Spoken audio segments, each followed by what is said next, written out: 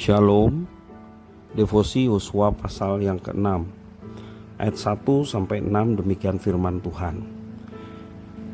Pada itu Yeriko telah menutup pintu gerbangnya, telah tertutup kota itu karena orang Israel. Tidak ada orang keluar atau masuk. Berfirmanlah Tuhan pada Yosua, ketahuilah, aku serahkan ke tanganmu Yeriko ini beserta rajanya dan pahlawan-pahlawannya yang gagah perkasa. Haruslah kamu mengelilingi kota itu, yakni semua prajurit harus mengedari kota itu sekali saja. Demikianlah harus engkau perbuat 6 hari lamanya. Dan 7 orang imam harus membawa 7 sangkakala tanduk domba di depan tabut. Tetapi pada hari yang ke-7, 7 kali kamu harus mengelilingi kota itu, sedang para imam meniup sangkakala. Apabila sangkakala tanduk domba itu panjang bunyinya dan kamu mendengar bunyi sangkakala itu, maka haruslah seluruh bangsa bersorak dengan sorak yang nyaring, maka tembok kota itu akan runtuh. Lalu bangsa itu harus memanjatnya masing-masing langsung ke depan. Kemudian Yosua bin Nun memanggil para imam dan berkata kepada mereka, angkatlah tabut perjanjian itu, dan 7 orang imam harus membawa 7 sangkakala tanduk domba di depan tabut Tuhan. Demikian firman Tuhan. Yeriko telah menutup pintu gerbangnya.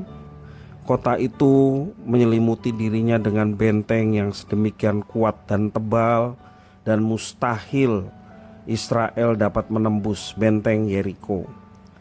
Umat Israel memang tidak memiliki teknologi senjata yang canggih pada waktu itu. Namun mereka punya senjata yang kuat, lebih daripada senjata canggih pada waktu itu, yakni janji Tuhan menyertai mereka.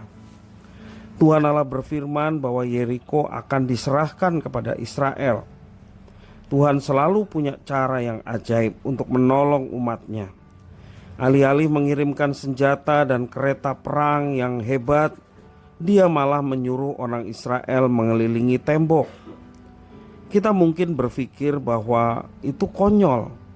Bagaimana mungkin tembok setebal itu akan runtuh dengan cara dikelilingi begitu saja? Mungkin Yosua juga berpikir seperti kita berpikir saat ini.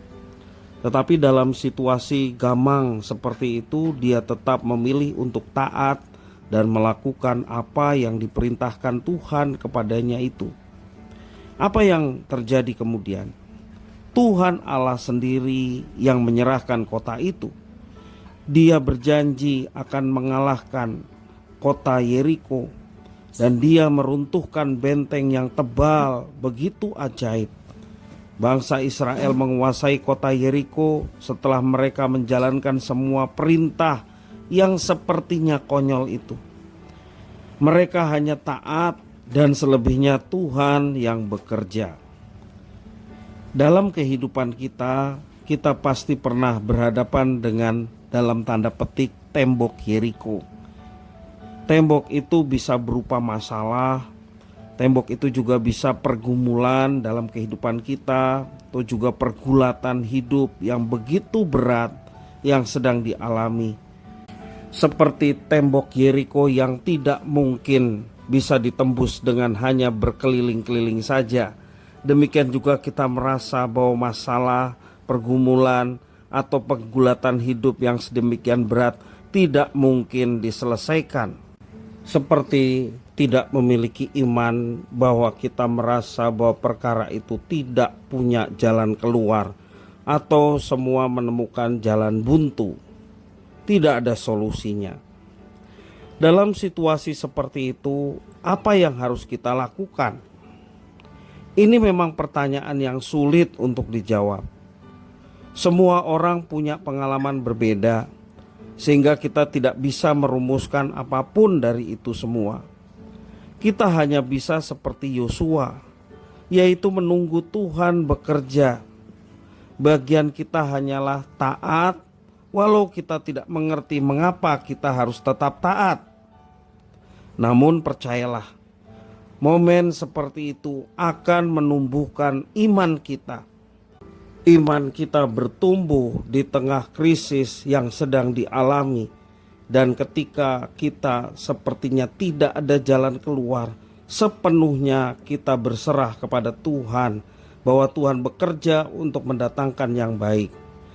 Jangan bersandar kepada diri kita sendiri. Bersandarlah kepada Tuhan, maka kita akan melihat jalan keluar dan berkat Tuhan yang akan dinyatakan. Ketika krisis melanda, Tuhan sedang membentuk iman kita menjadi semakin teguh. Kita meminta kepada Tuhan supaya kita menjalankan porsi kita, yakni tetap dalam ketaatan mengikuti rencana Tuhan. Meskipun tampak tidak masuk akal, kita belajar untuk tetap setia dan taat kepada Tuhan. Percayalah, pribadi yang kepadanya kita taat, kepadanya kita mau nurut akan yang difirmankan, adalah pribadi yang maha kuasa, pribadi yang tahu kondisi kita, pribadi yang juga bisa mengendalikan segala sesuatu, termasuk masa depan kita. Jangan bersandar kepada diri sendiri.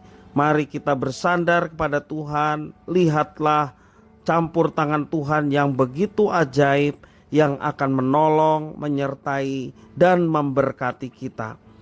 Alamilah keajaiban, mujizat bersama dengan Tuhan, tak kala kita tetap bersandar, tetap taat dan setia kepadanya. Tuhan Yesus memberkati.